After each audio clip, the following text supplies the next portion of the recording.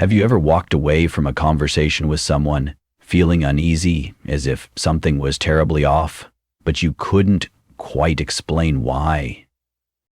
Maybe their words seemed polite, even warm, but underneath their smile, there was an invisible current, an energy that sent a cold shiver down your spine, as if, behind their carefully chosen words, something dark was watching you, silently. Carl Jung, one of the greatest minds in modern psychology, dedicated much of his life to understanding such chilling moments. And what he discovered wasn't just insightful, it was terrifying. Over the course of decades working with patients, Jung identified a recurring psychological pattern, one that most people overlook, yet one that signals danger more effectively than any shout, insult, or raised fist. This warning sign? It doesn't appear as open hostility or obvious toxic behavior. On the contrary, it often hides behind charm and civility. That's what makes it so dangerous. It's silent, it's subtle, and it bypasses your logical mind, reaching straight into something deeper, your primal instincts. Have you ever felt that instinct trying to whisper something before your conscious mind could make sense of it? Long before Jung, ancient traditions also recognized this hidden threat. They didn't call it psychology, but they knew it when they saw it. Our ancestors felt its presence and warned others, sometimes through myths, sometimes through spiritual teachings. But it was Jung who gave it a name and brought it into the light of science. What makes this signal so unsettling is that it often comes from people who seem completely normal, sometimes even likable. They might be charismatic, articulate, and seemingly well-meaning. But beneath the surface, something else is at play, and when you finally sense it, there's only one wise response: distance yourself, immediately. Jung called this psychological mechanism shadow projection, and he believed it was one of the most dangerous dynamics in human relationships. Picture this: you're speaking with someone, and out of nowhere they begin accusing you of intentions or flaws you've never expressed. You're taken aback, confused, even hurt. But here's the thing: they're not reacting to you. They're reacting to a distorted version of you, one they created in their own mind. Sound familiar? This moment, this strange disconnect, is the pure expression of what Jung called the shadow. The shadow contains all the traits, impulses, and emotions a person refuses to accept in themselves. It's everything they deny, reject, and push down into the unconscious. But repression doesn't make these elements disappear. They remain buried, growing stronger in the dark. And eventually, they begin to leak out, not inwardly, but projected onto others. When someone consistently projects their shadow onto the people around them, what you're witnessing is the hallmark of deep psychological dysfunction. According to Jung, this is the most disturbing sign of all: a person's total inability to recognize and accept their own inner flaws. They simply cannot see these traits within themselves. So instead, they see them everywhere else. And when they look at you, they believe you are the problem. This isn't a game or a manipulation. These people are not pretending. In their mind, the perception is absolutely real. That's what makes it so dangerous, because they are convinced of what they see in you. They act with a kind of moral righteousness, and worse, they may convince others to believe it too. Ancient spiritual teachings understood this long before modern science. In Buddhism, it's said we look into a mirror darkened by our own impurities, yet we believe it reflects someone else's flaws. In Christianity, Jesus warned of those who obsess over the speck in their brother's eye while ignoring the beam in their own. This is more than metaphor. It's a warning. Because when someone projects their shadow onto you, they believe in that vision so completely, they can persuade others to adopt it as truth.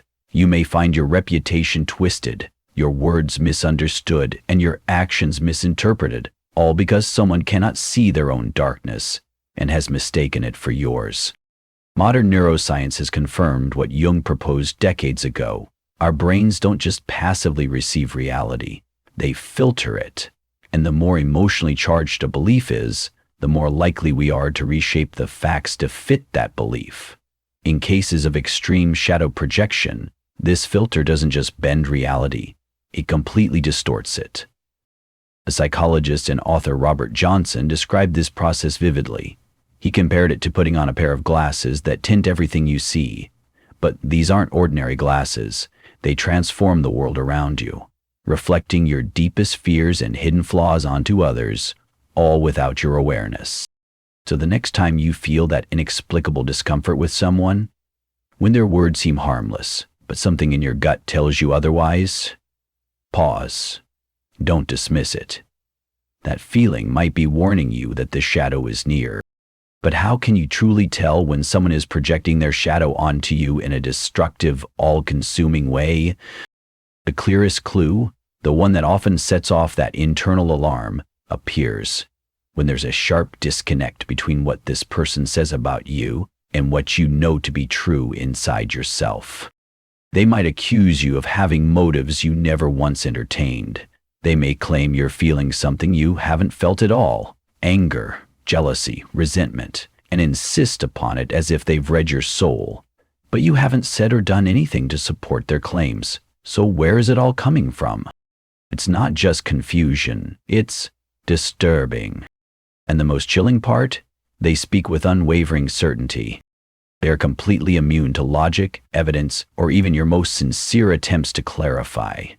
It's as if your voice no longer matters, because they've already decided who you are in their mind.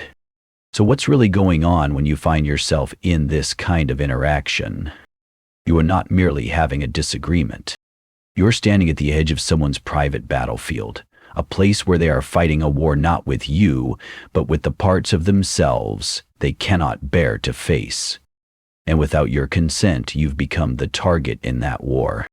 There's an old saying, the road to hell is paved with good intentions.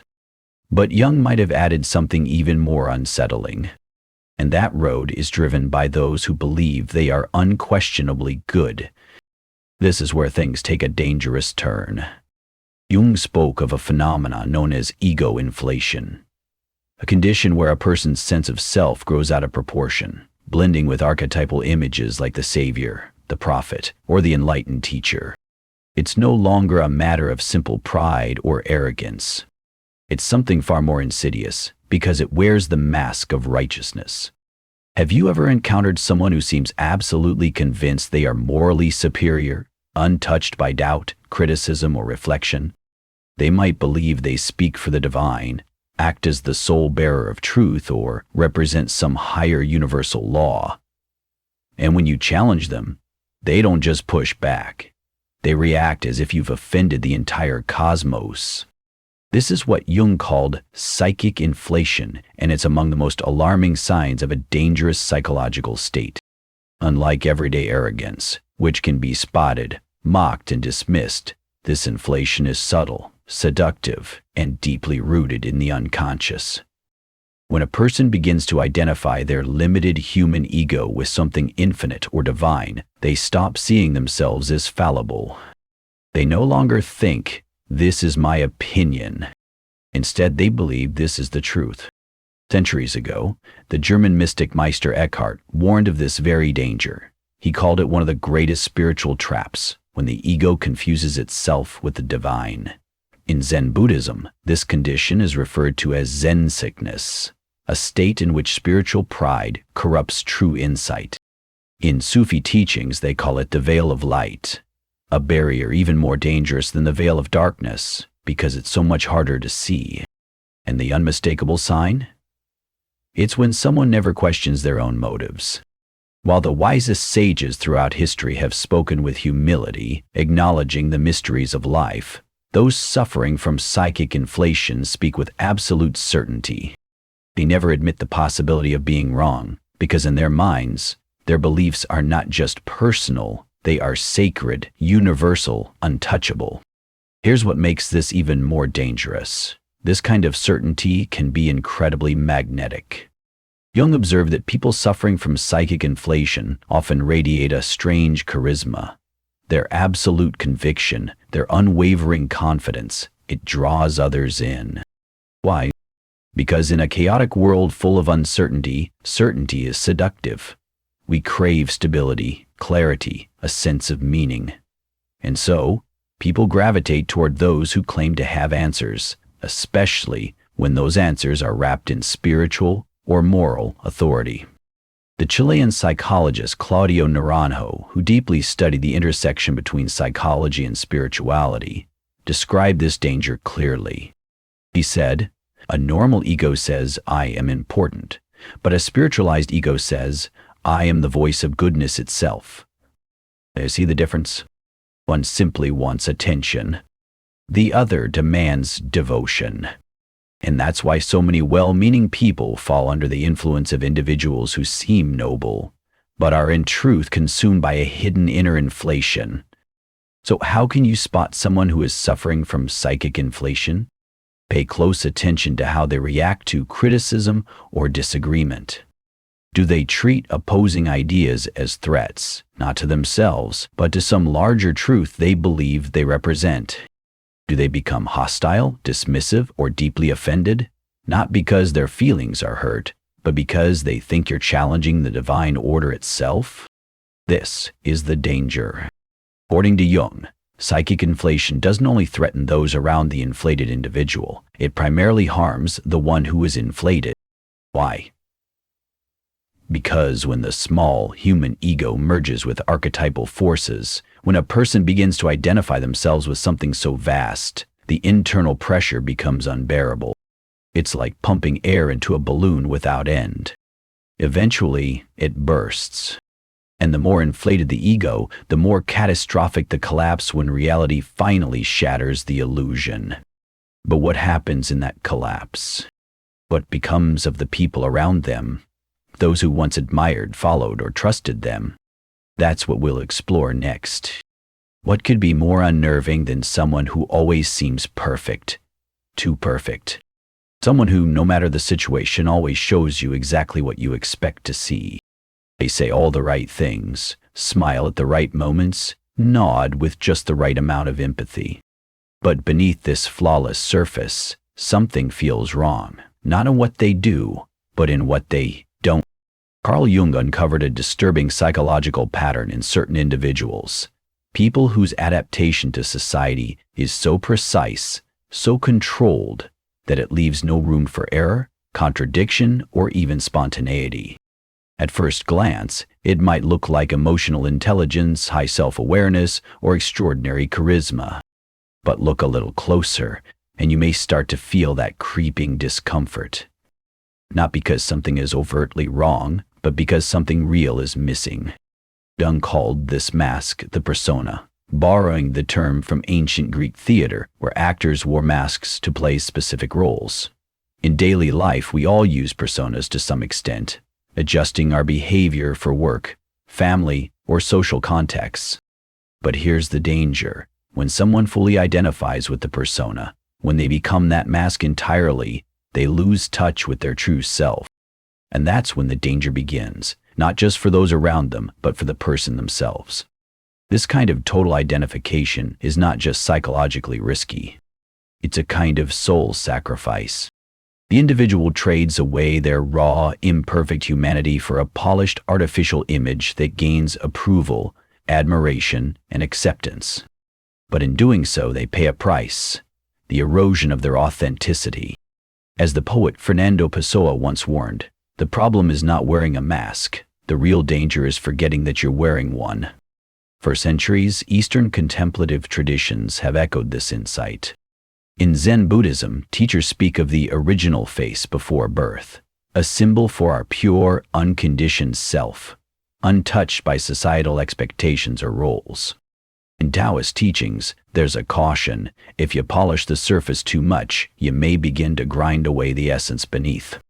Jung took these ancient truths and reframed them in the language of modern psychology, turning timeless wisdom into a mirror for the modern soul. So how does this mask show up in real life? You might encounter someone whose behavior is technically perfect. Always know the right words to say, the most diplomatic tone, the right gesture at the right moment. But despite all this perfection, there's a strange artificiality to their presence. Something doesn't feel right. You might sense it in their overly rehearsed expressions, their mechanical warmth, or the complete lack of emotional surprise. It's as if you're not interacting with a person but with a performance. Where's the messiness, the contradictions, the emotional depth? Where is the awkward pause, the nervous laugh, the genuine confusion, the things that make us unmistakably human? According to Jungian analyst James Hollis, this kind of social perfection often points to a deeply impoverished inner life. The more someone masters the outer game of social performance, the more likely they are to be disconnected from what's really going on inside. And that disconnection doesn't go unnoticed. Modern neuroscience backs this up. Our brains contain mirror neurons, tiny clusters that pick up subtle emotional cues from others, even when we're not aware of it. When someone's facial expressions, voice, and body language are out of sync with their true feelings, these neurons fire off a silent alarm. You might not be able to say why you don't trust this person, but your body knows. You feel it. A flicker of unease, a sense that you're being played. But here's where it gets even more dangerous. When someone pours all of their energy into maintaining a flawless social mask, what happens to the parts of themselves that don't fit that image? They don't disappear. They go underground. They gather in the unconscious mind, forming what Jung called the shadow, a reservoir of rejected traits, emotions, desires, and impulses. And the more rigid the persona, the more pressure builds in the shadow. Eventually, that pressure needs release. And when it comes, it often erupts in dramatic, destructive ways. Psychologist Marie-Louise von Franz, a close collaborator of Jung, observed that those who appear the most composed on the surface, those who seem ideal, are often the ones who experience sudden, explosive outbursts. Why? Because all the energy they've repressed has to go somewhere.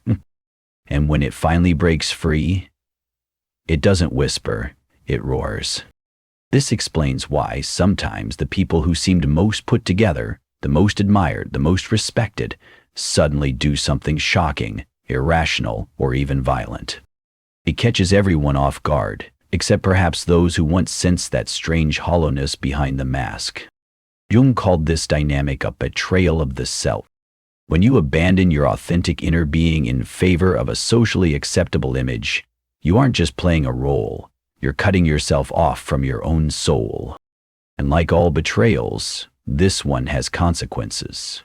Deep ones. Imagine having a conversation with someone, and suddenly, in the middle of their perfectly controlled demeanor, you sense a shift. A flicker in their eyes, a forced laugh that doesn't match the words, a tightening in their face. It's subtle, but it's profound. You may be looking at the same person. Their voice sounds familiar, their features unchanged, but something about them feels fundamentally different. Their gaze has altered. Their presence is no longer completely grounded at this time.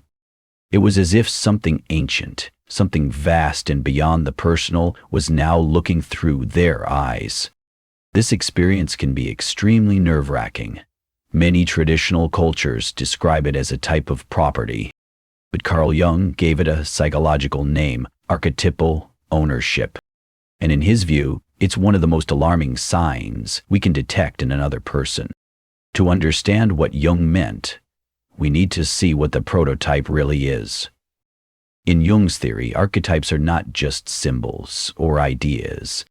They are primitive blueprints, deep, universal patterns embedded in the collective psyche of humanity. They structure our experiences, shape our roles, and influence our emotions. Each prototype contains both light and darkness, both noble and terrifying. And under normal conditions, we relate to these archetypes with a degree of detachment and self-awareness. But when an archetype takes full possession of the psyche, something catastrophic happens. The person loses their individuality, their I, and becomes a vessel for a transpersonal force far greater than they can comprehend. They are no longer speaking as themselves. They have become a mouthpiece for something deeper, older, and often more dangerous. Interestingly, shamanic traditions across the globe understood this long before psychology put it into words. The anthropologist Mirsha Eliade documented how shamans distinguished between intentional channeling, which is controlled and purposeful, and uncontrolled possession, which is chaotic and perilous. In Christian mysticism, saints and theologians spoke of the need for discernment of spirits, the sacred ability to differentiate between beneficial spiritual influences and those that could lead to harm or delusion. So, what's the warning sign? It's when someone loses their normal psychological fluidity. They become rigidly locked into a single archetypal identity. It doesn't matter whether they believe themselves to be a divine savior, a righteous warrior, a perpetual victim, or an infallible judge. The content may differ, but the total identification is what matters. They are no longer playing a role. They've become the role. Look closely, and you may notice strange signs. A fixed intensity in their eyes, a robotic quality in their voice or gestures, and an eerie sense that the person standing before you is no longer fully present in the ordinary sense of being. As Jungian analyst Robert Moore described it, when you encounter someone in this state, you are not engaging with a whole human personality. You are interacting with an archetypal fragment, a splinter of the collective unconscious that has taken hold of the person's mind. Modern neuropsychology supports this understanding. In certain altered states of consciousness, especially those involving spiritual ecstasy, trance, or overwhelming conviction, brain scans show reduced activity in areas responsible for self-reflection and personal identity. Meanwhile, areas related to transpersonal experience become intensely active. These states can be valuable within ritual contexts, with guidance and containment. But when they erupt spontaneously, outside of sacred structure or psychological preparation, they can be dangerous, both for the person and for those around them. And perhaps the most alarming part? When someone is under the influence of archetypal possession, they feel incredibly certain. They no longer waver, they do not question. All the ambiguity of ordinary life vanishes. In its place arises a burning sense of mission, of clarity, of purpose. And this conviction, it can be wildly persuasive to others. Jung observed that many political and religious leaders who sparked mass movements were often in states of archetypal possession. Their superhuman certainty drew people in, magnetized them, and created waves of collective emotion and obedience. But certainty is not the same as wisdom. An absolute conviction, when rooted in unconscious possession, becomes a threat, not a gift. Here's where the true danger lies. Archetypes are not harmless stories. They carry extreme polarities. The same archetype of the Savior contains both divine compassion and fanatical destruction. The same warrior can protect or annihilate. The same judge can bring justice or condemnation without mercy. And when a person fuses entirely with such an archetype, they inevitably begin to manifest its darker side, often without realizing it. They believe they are doing good, serving truth, fulfilling destiny. But in reality, they are acting out unconscious forces that have overtaken them. Jung documented cases where people under this kind of possession committed acts completely out of alignment with their conscious values, then couldn't explain why. Some experienced partial amnesia. Others constructed elaborate rationalizations, trying to make sense of what they had done. But in truth, they had lost the very thing that defines us as human, the ability to reflect on our own actions. And now, we approach one of the most heartbreaking phenomena of all.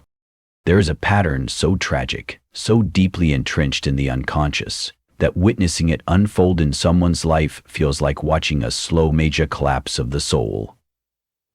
Jung called it the compulsion to repeat, a haunting drive to recreate the same painful, destructive scenarios over and over again, as if trapped in a maze with no exit. There is a moment, haunting and unmistakable, when you recognize the pattern. You're standing in front of someone who is not simply reacting to the present, but reliving a past they cannot remember. Their words, their behavior, even their emotions, they follow a script they don't realize they're reading from.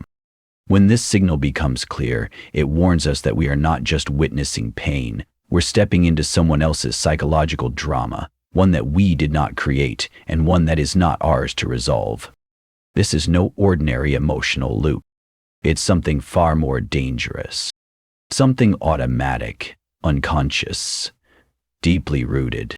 This is what Jung called the compulsion to repeat, and it is one of the most tragic forces in the human psyche. What makes this compulsion so terrifying is that the person caught in it is not choosing it. They're not being manipulative. They're not plotting their own misery. They are responding to psychic forces buried so deep in their unconscious that they operate without awareness, without control. As psychoanalyst Christopher Bullis described it, these are unthought knowns. Core experiences, often from early childhood or born out of trauma, so intense, so overwhelming that they were never fully processed. Instead of becoming memories, they became patterns. And these patterns quietly begin to organize the person's entire life, from relationships to decisions to the way they interpret reality. Spiritual traditions have recognized this for centuries, though they use different language. The Buddhist concept of karma, for example, was never originally about reward or punishment. It referred to habitual conditioning, those unseen forces that draw us to repeat the same choices, the same relationships, the same mistakes, lifetime after lifetime. In the Judeo-Christian tradition, the idea of original sin can be understood not just theologically but psychologically, as the unconscious inheritance of broken patterns passed down through generations. We act them out not because we are evil, but because we are unaware. So how can you spot this invisible compulsion in someone's life? Watch closely. Do they seem to attract the same kind of pain no matter where they go or who they're with? One relationship after another ends in betrayal. Every new opportunity turns to disappointment. Different faces, different places, but the same script unfolds. What's even more heartbreaking, they're genuinely shocked each time. It's as though life keeps playing a cruel joke on them.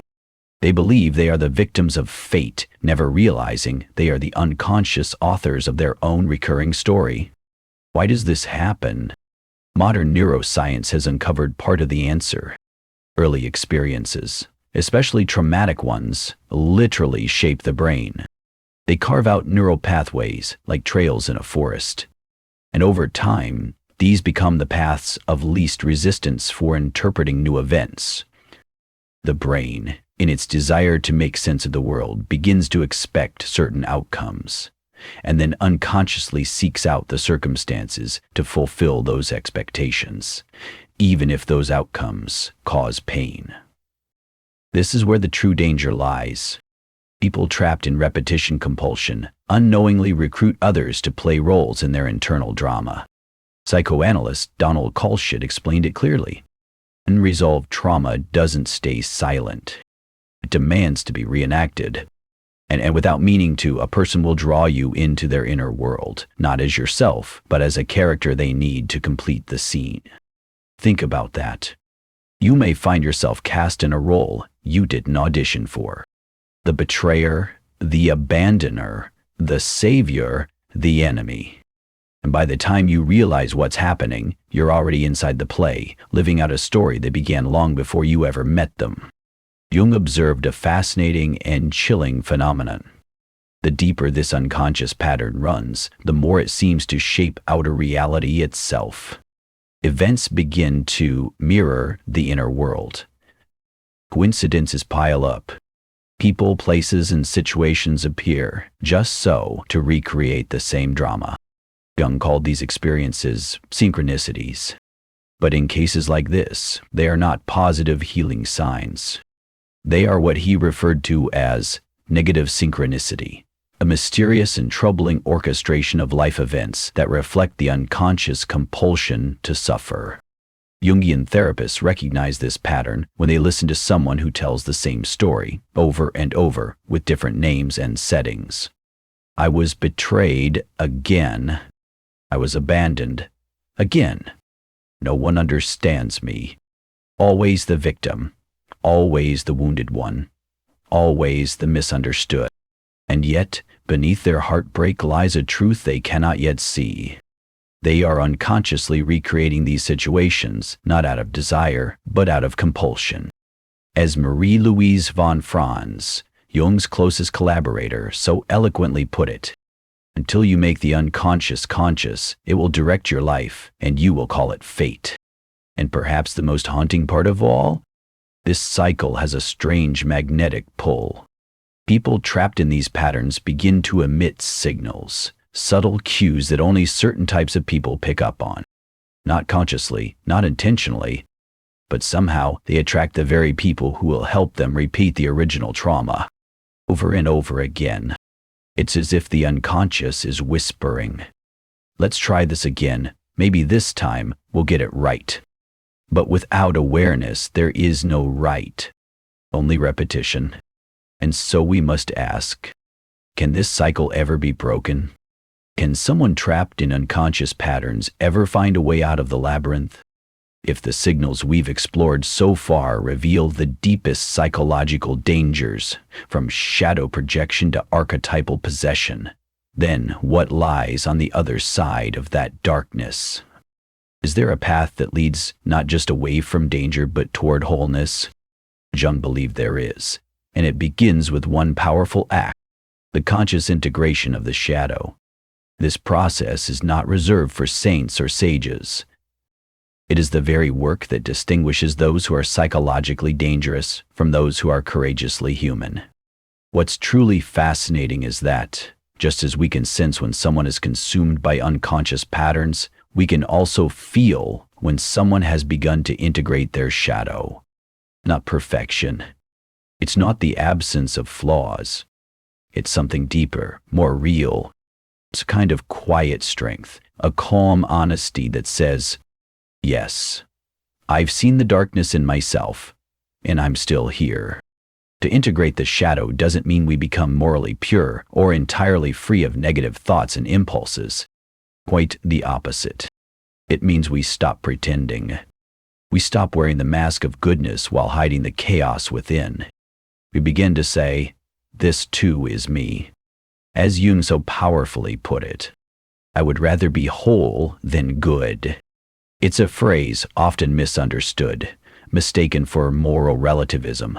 But what Jung meant was this: wholeness is honesty. Goodness, if not grounded in truth, becomes a polished shell, fragile and false. Throughout history, contemplative traditions have described this same process in their own beautiful ways. In Tibetan Buddhism, it is the art of turning poison into medicine, acknowledging difficult emotions, not to suppress them, but to transform them into compassion and insight. In Western alchemy, a tradition Jung studied deeply, it is the symbolic act of turning lead into gold, where the heavy, rejected parts of the self are transmuted into light and conscious wisdom. So how can we recognize someone who has truly begun this journey of integration?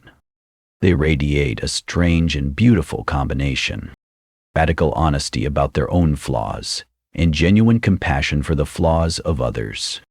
They don't hide their inner conflicts with shame, nor do they indulge in them. They simply face them, day by day, with open eyes and a steady heart. Modern neuroscience has confirmed what ancient wisdom and Jungian psychology have long suggested. Researchers like Daniel Siegel have shown that integration, bringing together once disconnected aspects of our emotional and cognitive selves, literally changes the brain. New pathways are formed between the primal emotional centers and the higher reflective regions, especially in the prefrontal cortex. This rewiring leads to greater self-regulation, deeper empathy, and more balanced reactions. And here's the paradox. When we consciously acknowledge our most painful impulses, we become far less likely to act them out unconsciously.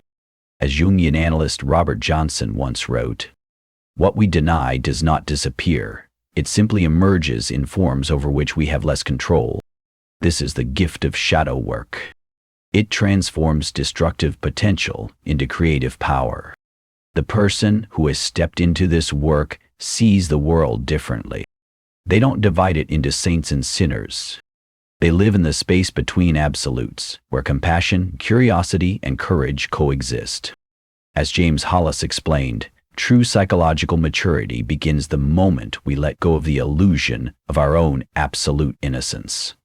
And it's no surprise that the most authentic spiritual figures throughout history, those who truly moved hearts, were those who dared to speak of their own contradictions. The Dalai Lama has spoken openly about his moments of anger. Teresa of Avila, the great Christian mystic, wrote about her times of spiritual emptiness. The Sufi poet Rumi poured his soul into verses about the tension between love and longing, presence and loss. Their honesty was never for show, but it came from deep integration. And in that integration, they found both strength and grace. This is how you can tell the difference. The integrated person has no need to declare their goodness or wisdom. They have transcended the ego's hunger for a perfect image. Instead, they carry within them a quiet authority, rooted not in domination, but in authentic presence. As Zen master Shunryu Suzuki once said, "In the beginner's mind there are many possibilities. In the expert's there are few." So, before we part ways, take a moment to reflect. Have you recognized any of these signals, these patterns, dangers, or possibilities in the people around you? Or bravely, have you glimpsed them in yourself?